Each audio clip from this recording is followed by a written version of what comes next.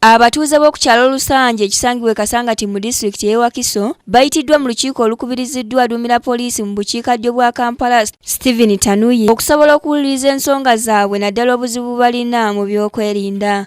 Iffe oyinza okubeera muno kale oyagala okuwaamu obujulizi naye obujulizi obwo bwotya oyinza ogamba nno gundi mumayi ate ne bajja ne bakulokoma kubanga omuntu oyo muba temujja musiba myaka lubeerera ajja kukomawo.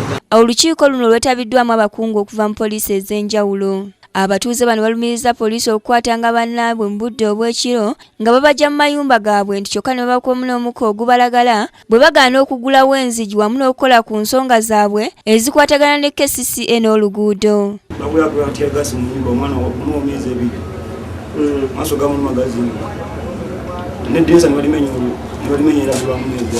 Abasirikale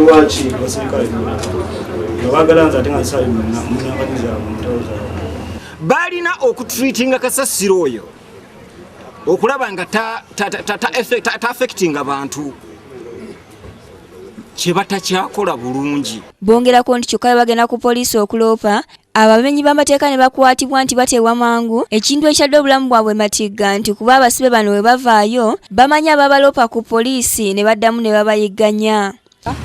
Nga bagamba nti nze omu ayawadde amanya g'abantu kati n'abamu leero banumbya awaka ssaawa nga 8 nga bagamba nti nze nabawandiise amanya gaabwe tusaawa yonna bajja kujja waka banumba oba bajja kuwuliriza ku kkubo.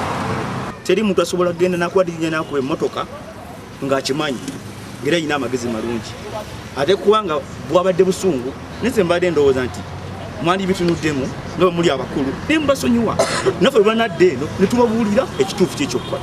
RPC Stephen Tanuyi abazzeemu ku buzibu bubawaddeyo era n'abasuubiza okukola ku nsonga zaabwe bunnambiro. Mbuuza nti mulina nteekateeka ki kubanga nsuubira afande DPC olina idea ku bizibu ki abatuuze bye basanze ne State Council ne bwe bibanga tebikwata ku traffic yokka byo tubisalidde magezi ki? Kati awo tujja kufuna abantu b'ekyalo eno bakulu basobola kutambula ne security tujja kuwa. Shube Nakaziba yakusakidde eggulire lino ku Rwabukedde TV.